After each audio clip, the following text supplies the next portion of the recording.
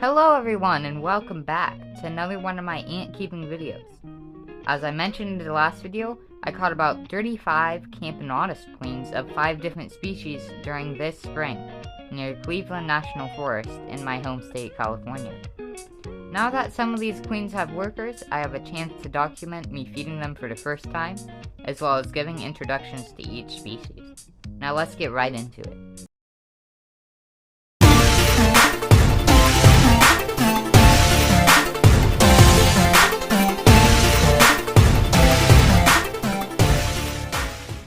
The first species I will be showing you all is among the largest Camponotus in North America. I believe it's the largest in California. Camponotus US CA02. This may seem like a very odd name. Well, it is. This species was first discovered in 2018, which is kind of hard to believe due to how many queens I saw, not even expecting to catch them. I caught about 15 of these beauties across April 28th to 29th. I didn't have test tubes, so I got creative, adding a bit of substrate and a water-soaked cotton ball and some empty water bottles. These were good temporary setups to all the queens until they were moved into test tube setup. I have 2 queens which I am keeping, both with a lot of brood. I kept this one as my main queen, who now has some nanitics. She has a great founding stage with lots of brood, hence lots of nanitics with more to come. As for the second queen, I chose to keep her for her more dark gaster, with stripes in it. Most queens I caught are like my main queen, a more solid, lighter gaster. I find it interesting that the same species can have this difference. I also bought a queen before this, which I ended up selling, and she had a much more red gaster, even darker. I suppose this is where they come from. I have soaked a little cotton in my red hummingbird nectar, which I use as sugar for all my ants, serving as the first food for this colony.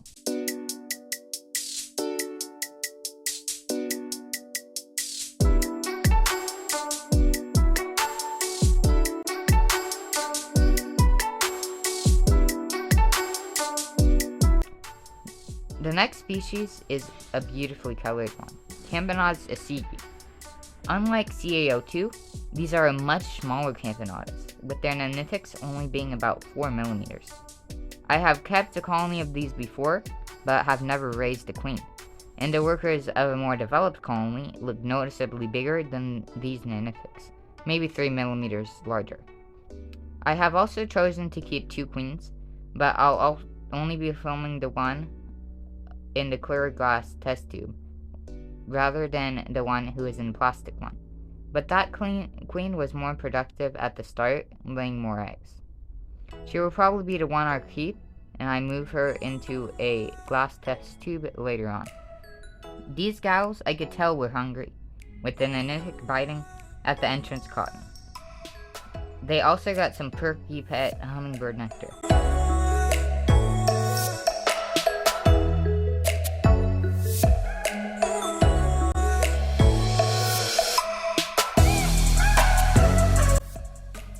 This species may actually be the one I am most excited about raising.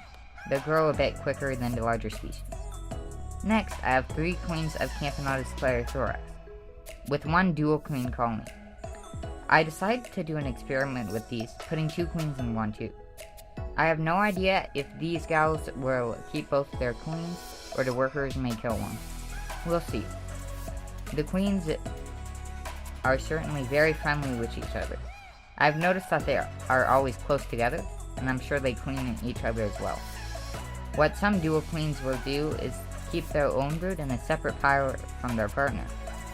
While these queens keep them in one pile, definitely a good sign. I also keep a 3rd queen, just in case they may kill each other.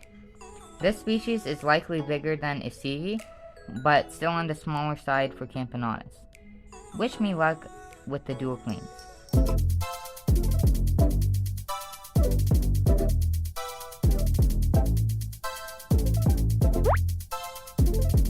The next species is perhaps the slowest going, Camponotus vicinus. I also have 2 of these species, They are pretty similar to CaO2, but the main difference is their bicolored gaster. You can see some black as well as different shades of orange. They are also noticeably smaller, maybe about 3 millimeters less in the queens. One of the queens just got nanitics at the day of recording, so no feeding just yet. The workers should get a bit stronger first. The second queen is very close to nanitics, maybe getting them in the next few days.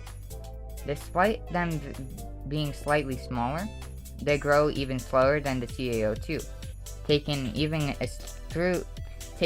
a few years just to reach 50 workers. Once they grow bigger, like most Camponotus, they will start to grow quicker. This is why seemingly overpriced colonies of Viscus are the right price, since their development is so slow. 50 workers can go for $200+, even more for an outer nest. There won't be many updates on these because of their growth. Last but not least, Camponotus LiQWYD. I only kept one of these queens, who has unfortunately not done well. With a slightly injured gaster, she has a tough foundation, only laying a few eggs. She now has only one sole cocoon. I think she ate the other two. Based on this, there is unfortunately not much hope for her, but I will do my best. The queens have a more unique, thinner shape, suited for living comfortably in wood.